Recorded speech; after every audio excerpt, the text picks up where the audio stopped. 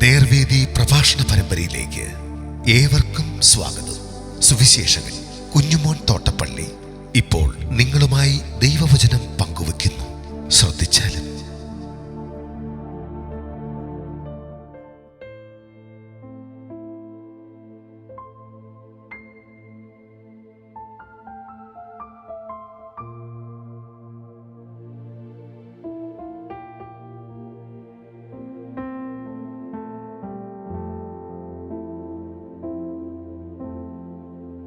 സെഖരിയാ പ്രവചനം 10-ാം അധ്യായം. ഞാൻ വായിക്കുന്നത് ശ്രദ്ധിച്ചാലും. പിന്മഴയുടെ കാലത്ത് യഹോവയോട് മഴയ്ക്ക് അപേക്ഷിപ്പീൻ. യഹോവ മിന്നൽ പിണർ ഉണ്ടാക്കുന്നവനല്ലോ. അവനവർക്ക് വയലിലെ ഏത് സസ്യത്തിനും വേണ്ടി മാരി പെയ്ച്ചു കൊടുക്കുകയും ഗ്രഹബിംബങ്ങൾ മിഥ്യാത്വം സംസാരിക്കുകയും ലക്ഷണം പറയുന്നവർ വ്യാജം ദർശിച്ച് വ്യർത്ഥസ്വപ്നം പ്രസ്താവിച്ച് വൃഥ ആശ്വസിപ്പിക്കുകയും ചെയ്യുന്നു. അതുകൊണ്ട് അവർ ആടുകളെപ്പോലെ പുറപ്പെട്ട് ഇടയൻ ഇല്ലായ്ക കൊണ്ട് വലഞ്ഞിരിക്കുന്നു. എന്റെ കോപം ഇടയന്മാരുടെ നേരെ ജ്വലിച്ചിരിക്കുന്നു. ഞാൻ കോലാട്ടുകൊറ്റന്മാരെ സന്ദർശിക്കും. സൈന്യങ്ങളുടെ യഹോവ യഹൂദഗ്രഹമായ തന്റെ ആട്ടിൻ കൂട്ടത്തെ സന്ദർശിച്ചവരെ പടയിൽ തനിക്ക് മനോഹര തുരകമാക്കും. അവന്റെ പക്കൽ നിന്ന് മൂലക്കല്ലും അവന്റെ പക്കൽ നിന്ന് ആണിയും അവന്റെ പക്കൽ നിന്ന് പടവില്ലും അവന്റെ പക്കൽ നിന്ന് ഏത് അധിപതിയും വരും. അവർ യുദ്ധത്തിൽ ശത്രുക്കളെ വീഥികളിലെ ചേറ്റിൽ ചവിട്ടിക്കളയുന്ന വീരന്മാരെ പോലെ ആകും. യഹോവ അവരോട് കൂടെ ഉള്ളതുകൊണ്ട് അവർ കുതിരച്ചേവകർ ലജ്ജിച്ച് പോവാൻ തക്കവണ്ണം പൊരുതും. അവർ യഹൂദാഗൃഹത്തെ ബലപ്പെടുത്തുകയും യോസേപ്പ് ഗൃഹത്തെ രക്ഷിക്കുകയും എനിക്ക് അവരോട് കരുണയുള്ളതുകൊണ്ട് അവരെ മടക്കി വരുത്തുകയും ചെയ്യും. ഞാൻ അവരെ തള്ളിക്കളഞ്ഞിട്ടില്ലാത്തതുപോലെ ആയിരിക്കും. ഞാൻ അവരുടെ ദൈവമായ യഹോവ അല്ലോ. ഞാൻ അവർക്ക് ഉത്തരമരുളും. എഫ്രയീമർ വീരനെ പോലെയാകും. അവരുടെ ഹൃദയം വീഞ്ഞുകൊണ്ടെന്ന പോലെ സന്തോഷിക്കും. അവരുടെ പുത്രന്മാർ അത് കണ്ട് സന്തോഷിക്കും. അവരുടെ ഹൃദയം യഹോവയിൽ ഘോഷിച്ചാനന്ദിക്കും. ഞാൻ അവരെ വീണ്ടെടുത്തിരിക്കിയാൽ അവരെ ചൂളകുത്തി ശേഖരിക്കും. അവർ പെരുകി ഇരിക്കുന്നത് പോലെ പെരുകും. ഞാൻ അവരെ ജാതികളുടെ ഇടയിൽ വിതറും. ദൂരദേശങ്ങളിൽ വെച്ച് അവർ എന്നെ ഓർക്കും. അവർ മക്കളോടുകൂടെ ജീവിച്ചു മടങ്ങിവരും. ഞാൻ അവരെ മിസ്രയീം ദേശത്ത് നിന്ന് മടക്കി വരുത്തും. അശ്ശൂരിൽ നിന്ന് അവരെ ശേഖരിക്കും. ഗിലെയാദ് ദേശത്തിലേക്കും ലെബാനോനിലേക്കും അവരെ കൊണ്ടുവരും. അവർക്ക് ഇടം പോരാതെ വരും.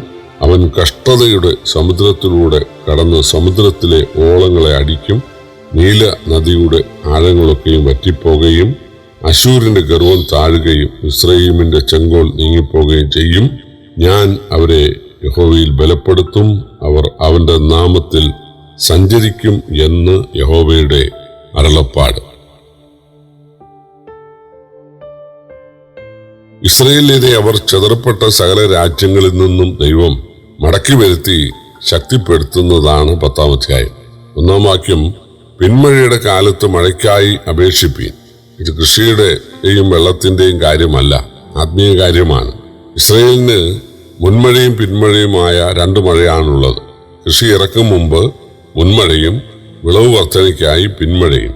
ഇസ്രായേലിന്റെ ആത്മീക സ്ഥിതി ചിന്തിച്ചാൽ ദൈവം അവർക്ക് മുൻമഴ പോലുള്ള അനുഗ്രഹങ്ങൾ നൽകിയെങ്കിലും അവരത് പ്രയോജനപ്പെടുത്താതെ പ്രവാസമെന്ന ശിക്ഷയ്ക്ക് പാത്രരായി. എന്നാൽ അനുദപിച്ച് അവരെ പിന്മഴ നൽകി ദൈവം യഥാസ്ഥാനപ്പെടുത്തുകയാണ്.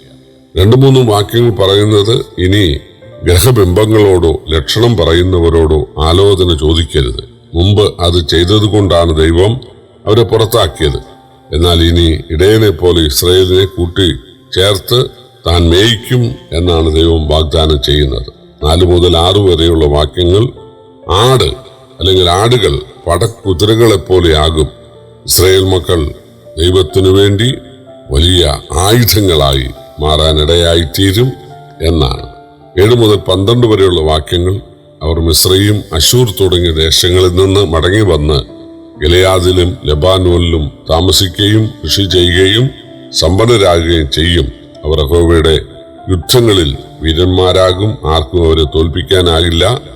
എല്ലാ ജനത്തെക്കാളും സന്തോഷവും സമാധാനവും അവർ അനുഭവിക്കും.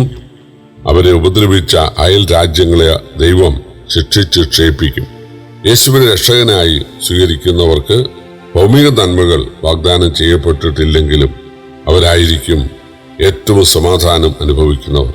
യേശു വാഗ്ദാനം ചെയ്തത് തൻ്റെ സമാധാനമാണ്, അതായത് തനിക്കുള്ളതിന് തുല്യമായ സമാധാനം. അതാണ് ദൈവിക സമാധാനം. പ്രിയപ്പെട്ടവരെ, കർത്താവായ യേശുവിനെ കൈക്കൊണ്ട് ഈ സ്വസ്ഥതയും സമാധാനവും അനുഭവിക്കാൻ നമുക്ക് ഭാഗ്യമുണ്ടായി.